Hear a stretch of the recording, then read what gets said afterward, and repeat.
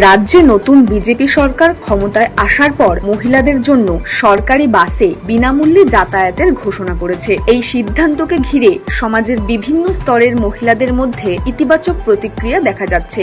বিশেষ করে কর্মজীবী থেকে শুরু করে ছাত্রী, গৃহবধূ এবং নিম্ন আয়ের পরিবারের মহিলারা এই উদ্যোগকে স্বাগত জানিয়েছেন। একটা ভালো প্রকল্প বা ভালো ফেসিলিটি সব আমাদের মেয়েদের জন্য, কিন্তু সবথেকে বড় ব্যাপার হচ্ছে আমাদের রাস্তায় কটা সরকারি বাসেস। সবার আগে আমাদেরকে নাম্বার অফ সরকারি বাসেস ইনক্রিজ করতে বাড়াতে হবে।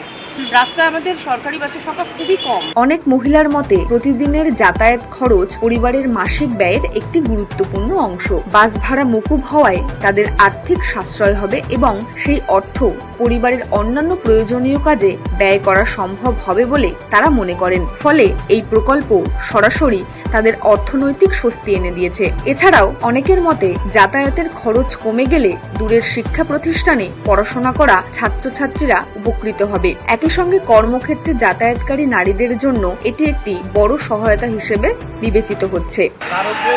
আমাদের বলা হয়েছে যেভাবে সেলটা থাকবে সেই সেলের উপরে একটা ইনসেন্টিভ পাওয়া হবে।